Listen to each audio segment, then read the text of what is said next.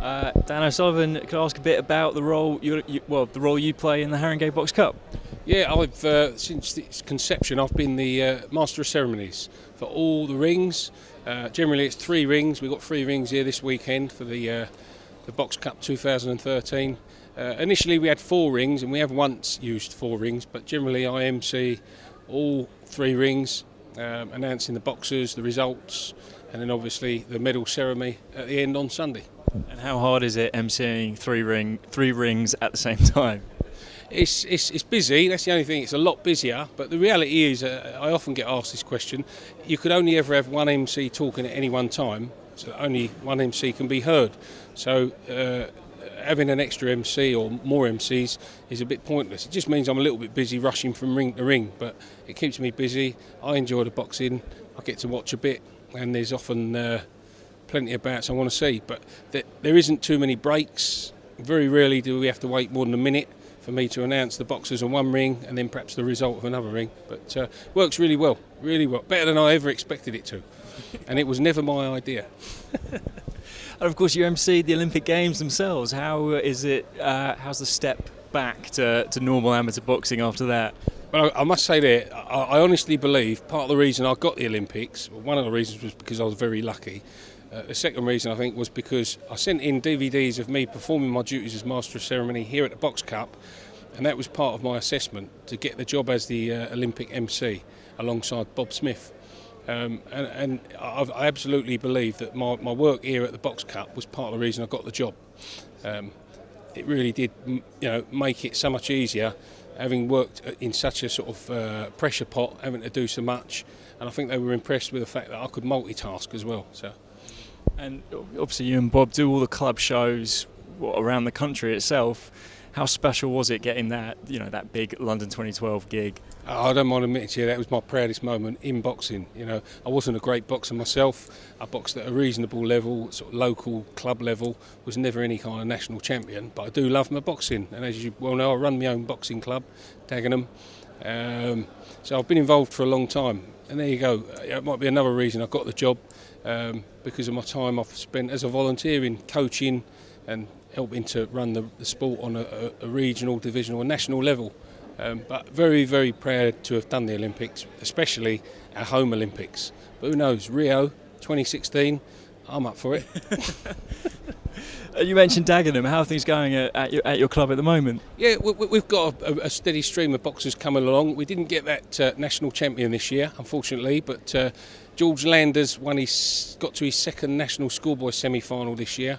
And we've had a young man who's originally from Angola boxing in the All-African Championships in the last few weeks, and he got through to the semi-finals, which could secure him a place in the national African team, and a possible route into the Olympics other than via GB. So we've got a really good developing junior squad, fantastic base of coaches and volunteers, and I think the future's quite bright for us at the moment.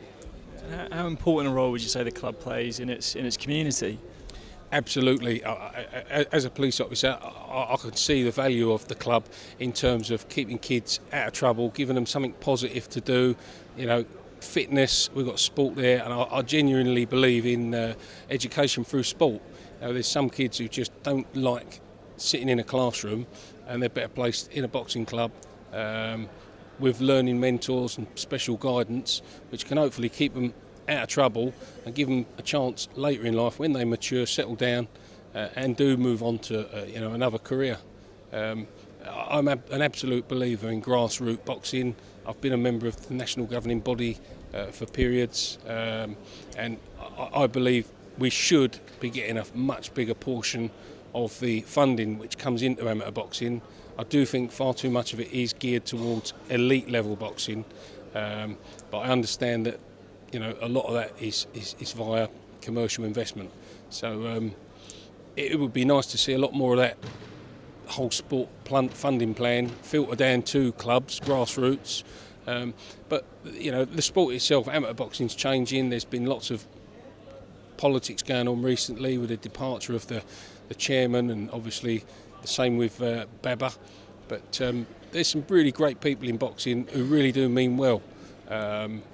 I genuinely think the big problem come about in amateur boxing when it become a limited company, and there were a number of now limited employees, and you're mixing limited company employees with volunteers, and I think that sets a little bit of a taste in some people's throats around who does most for the sport. Because let's face it, without the clubs, those elite boxers wouldn't be boxing in the Olympics. They start somewhere. All of those elite boxers start in a club, and I think there should be certainly more correlation between the club and the elite performing programme, which has been brilliant, really successful, but it has had a massive funding increase as well. So, I mean, do you feel things are getting tougher and tougher for grassroots clubs, especially this year? Yeah, definitely, especially with a lot of local authorities having to tighten their budgets, make big cuts. It's so much easier for a council to justify closing a boxing club or closing the funding for a boxing club than it is to perhaps close a doctor's surgery. Joe Public, if you ask Joe Public what he believes should go, a surgery or a boxing club, it's a no-brainer. But it's not as simple as that, because there's a lot of social value in boxing clubs, which goes way beyond just being a boxer and winning medals and stuff. There are so many kids that would have been in a very different place now had it not been for boxing, keeping them on the straight and narrow. So I'd just like to see a lot more funding coming into grassroots, and far more support centrally from the ABA for grassroots clubs, because that's what's needed.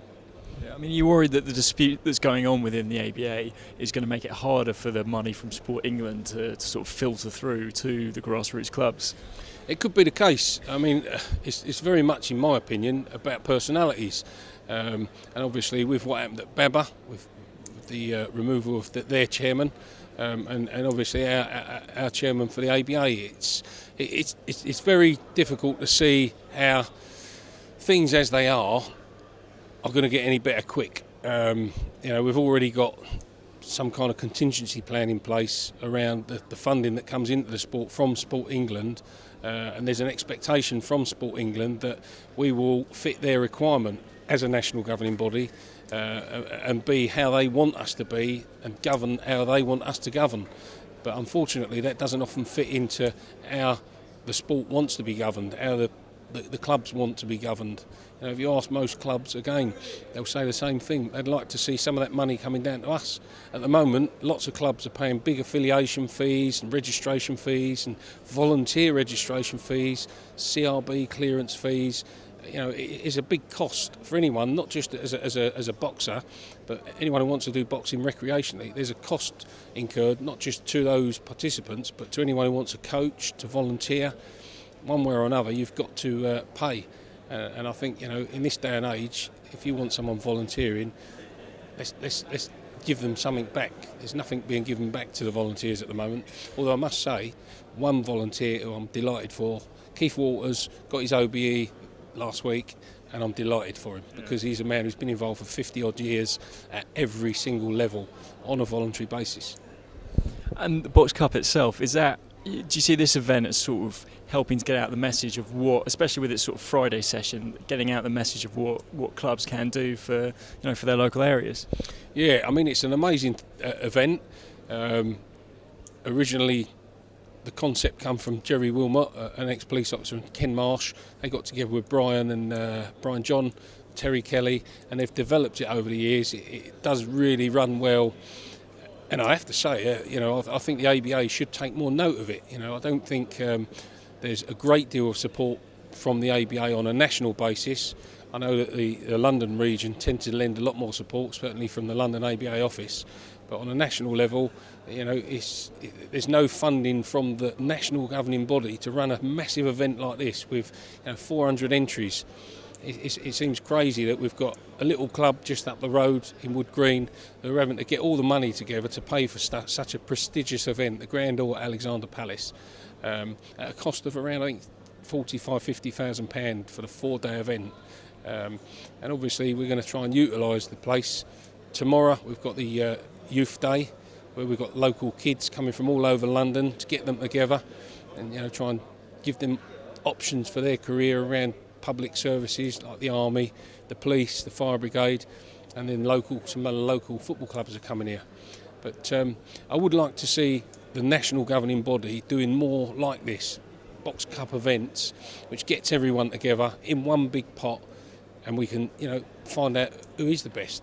The ABAs are spread over far too long a period. The ABA Championships, a 3-month period. That's a boxer holding their weight for a 3-month period, which I don't think is good. A Box Cup like this, over 2 weekends or over 3 weekends, we can have the ABAs over with. That to me is the way forward. A Box Cup like this in each region, and then obviously forward twice for a final. Big prestigious event instead of some community hall, sports hall. Yeah, that's what we need, but it just seems to me that the national governing body doesn't want to spend money on grassroots, but grassroots are having to pay for it.